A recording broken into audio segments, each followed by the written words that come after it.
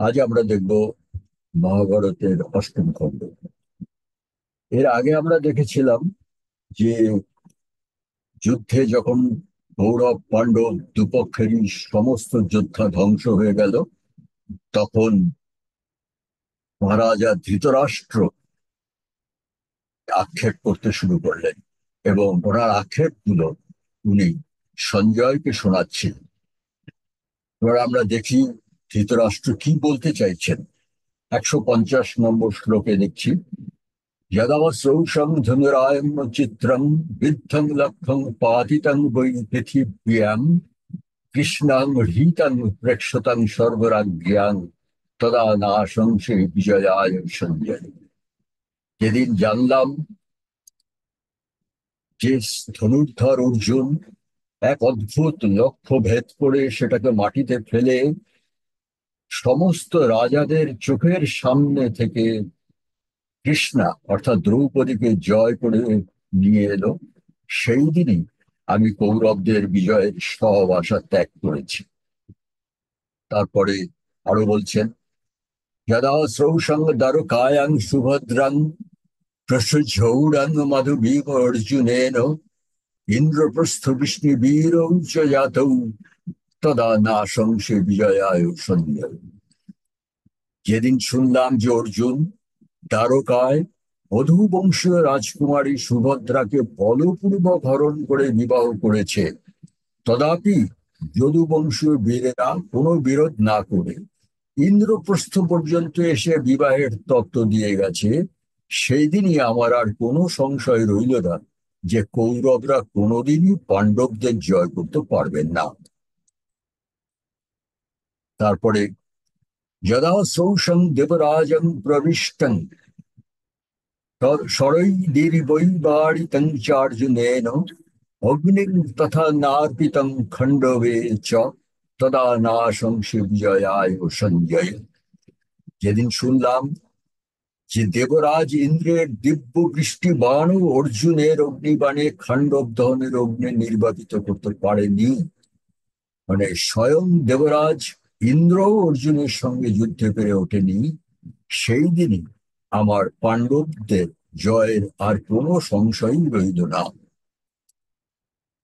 যদা সৌষং জাতুষদ বিস্মনস্তন মুক্তং পার্থং পঞ্চকুন্তা সমেতং যুক্তং চৈষং বিদুরং স্বার্থসিদ্ধৌ তদা নাশংসে বিজয়ায় সঞ্জয়।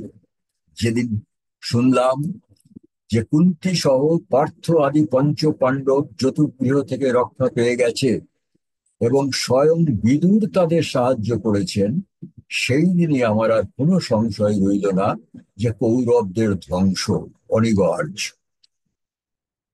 তারপরে 152 নম্বর শ্লোকে, যদা স্রৌষং দ্রৌপদীং রঙ্গমধ্যে লক্ষং ভিত্ত্যা নির্জিতামর্জুনেন শূরং পঞ্চালং পাণ্ডবেয়াংশু যুক্তাং তদা নাশংসে বিজয়ায় সঞ্জয়। যেদিন শুনলাম যে এক রঙ্গভূমিতে লক্ষ্য ভেদ করে অর্জুন দ্রৌপদীকে জয় করেছে আর পাঞ্চাল রাজ পাণ্ডবদের দলে যুক্ত হয়ে গেছেন, সেই দিনই আমার আর কোনো সংশয় রইল না যে কৌরবদের ধ্বংস অনিবার্য। তারপরে যদা স্রৌষং মগধানং বরিষ্ঠং জরাসন্ধং ক্ষত্র মধ্যে জ্বলন্তম দুর্ভং হত ভীমসেন গত্যা তদা নাশংসে বিজয়ায় সঞ্জয়। যেদিন শুনলাম যে জাজ্জল্যমান বীর পুত্র শিরোমণি মগধরাজ জরাসন্ধকে ভীমসেন খালি হাতে দুই ভাগে চিড়ে হত্যা করেছে, সেই দিনই আমার পাণ্ডবদের জয়ের আর কোনো সংশয় রইল না। তারপরে যদা সৌষং দিগ্বিজয়ে পাণ্ডুপুত্রৈর্বশীকৃতং ভূমিপালন প্রশস্য মহাক্রতুং রাজস্ব অঙ্কিতং চ তদা নাশংসে বিজয়ায় সঞ্জয়। যেদিন শুনলাম যে পাণ্ডুপুত্ররা দুর্ধর্ষ সব রাজাদের বশীভূত করে দিগ্বিজয় করে রাজস্ব মহাযজ্ঞ সম্পন্ন করেছে, সেদিন থেকেই আমার আর কোনো সন্দেহ ছিল না যে পাণ্ডবরা অপরাজিত। তারপরে যদা শ্রৌষং দ্রৌপদীমশ্রুকণ্ঠিং সভাং নীতং দুঃখিতাম এক বস্ত্রাম রজস্বলং নাথবতিমনাথবৎ তদা নাশংসে বিজয়ায় সঞ্জয়। বলছেন, হে সঞ্জয়, যেদিন শুনলাম যে রজস্বলা এক বস্ত্র পরিহিতা ক্রন্দনরত দ্রৌপদীকে পঞ্চনাথের উপস্থিতিতে অনাথের মতো ভরা সভায় টেনে আনা হয়েছে, সেই দিনই আমি নিশ্চিত হয়ে গেছি যে কৌরবদের ধ্বংস অনিবার্য। যদা শ্রৌষং হৃতরাজ্যং যুধিষ্ঠিরং পরাজিতং সৌবলনাক্ষবতাং অন্যাগতং ভর্তৃভির প্রমেয়ৈ তদা নাশংসে বিজয়ায় সঞ্জয়। এদিন শুনলাম যে শকুনি যুধিষ্ঠিরকে কপটক্ষে পরাজিত করে রাজ্য হারা করেছে, তথাপি তার ধৈর্যশালী শৌর্যশালী ভাইয়েরা যুধিষ্ঠিরের প্রতি আনুগত্য ভঙ্গ করেনি। মানে যুধিষ্ঠির রাজ্য হারালেন, সর্বস্ব হারালেন, তবুও তার বাকি চার ভাই কিন্তু রাজা যুধিষ্ঠির বা তাদের বড় দাদার প্রতি তাদের যে আনুগত্য ভক্তি, সেটা বিন্দুমাত্র তারা অশ্রদ্ধা করেনি। সেই দিনে আমি নিশ্চিত হয়ে গেছি যে পাণ্ডবদের জয় করা অসম্ভব। যদা সৌসময় অর্জুনং দেবদেবং কিরাতরূপং ত্রম্বকং তুষ্যুযুদ্ধে অবাক্তবন্তং পাশুপতং মহাস্ত্রং তদা নাশংসে বিজয়ায় সঞ্জয়। যখন শুনলাম যে অর্জুন কিরাতরূপী দেবাদিদেব ত্রিলোচনকে যুদ্ধ তুষ্ট করে পাশুপত মহাস্ত্র জয় করেছে, সেই দিনই আমি বুঝেছি যে কৌরবদের জয়ে আর কোনো আশা নেই। যদা সৌষং ত্রিদিবস্থং ধনঞ্জয়ং শক্রাৎ সাক্ষাৎ দিব্যমন্ত্রং যথাবৎ অধিয়াডং সংশীতং সত্যবন্ধং তদা নাশংসে বিজয়ায় সঞ্জয়। যখন শুনলাম যে ধনঞ্জয় মানে অর্জুন স্বর্গে ইন্দ্রের সঙ্গে সাক্ষাৎ করে সমস্ত দিব্য অস্ত্র লাভ করে যুদ্ধে সাহায্যের আশ্বাস পেয়েছে, তার মানে অর্জুন অনেক বছর, মহাভারতের বর্ণনা অনুযায়ী প্রায় 10 বছর উনি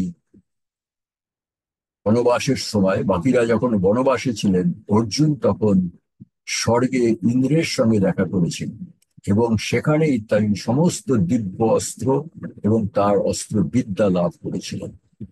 সেই দিনই যুধিষ্ঠির বলছেন, এটা যখন আমি জানতে পারলাম, সেদিন আমি বুঝেছি যে কৌরবদের জয় আর কোনো আশা নেই। যদা সৌষং বৈশ্রবণের সার্ধং সমাগতং ভীমন্যাংশ পার্থান তস্মিন দেশ মানুষানামগম্যে তদা নাশংসে বিজয়ায় সঞ্জয়। যখন শুনলাম যে ভীম অর্জুন মানুষের অগম্য লোকে গিয়ে কুবেরের সঙ্গে সাক্ষাৎ করে বন্ধুত্ব স্থাপন করেছে।